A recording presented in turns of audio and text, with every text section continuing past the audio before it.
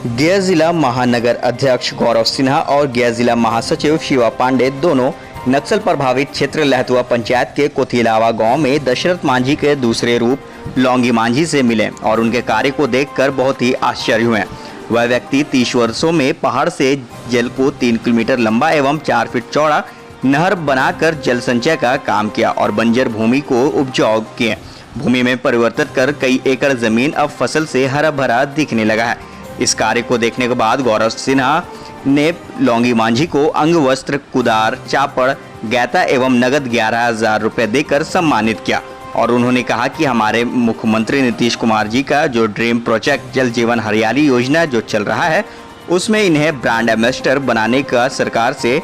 मांग करेंगे। पानी देखे उसमें सुनकर बड़ा आश्चर्य हुआ कि पिछले 30 साल से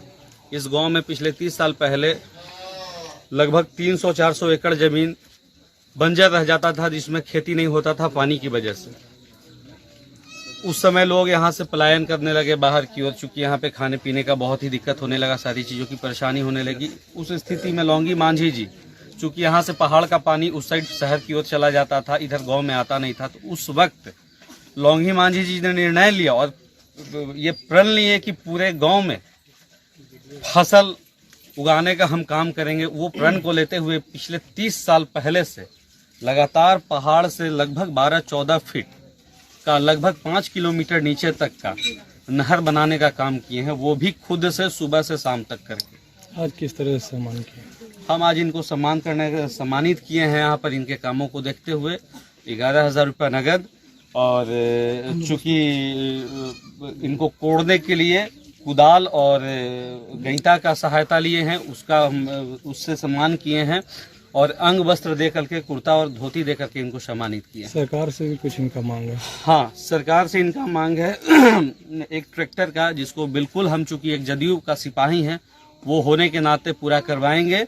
और सरकार तक इनकी आवाज़ नहीं पहुंची है तो उनके सरकार के तक इनको आवाज़ को पहुंचाने का काम करेंगे। और जिस तरह से जल जीवन हरियाली जदयू के मुखिया माननीय नीतीश कुमार जी का एक ड्रीम प्रोजेक्ट है, सपना है,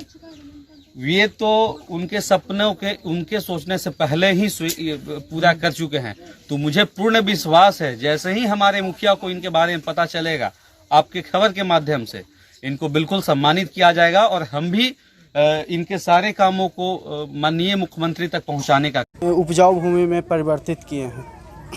यही हम लोग। तो हम लोग आपस में, हम और गौरव जी बैठे हुए थे, तो आपस में विचार विमर्श कर करके आज हम लोग इस गांव में पहुंचे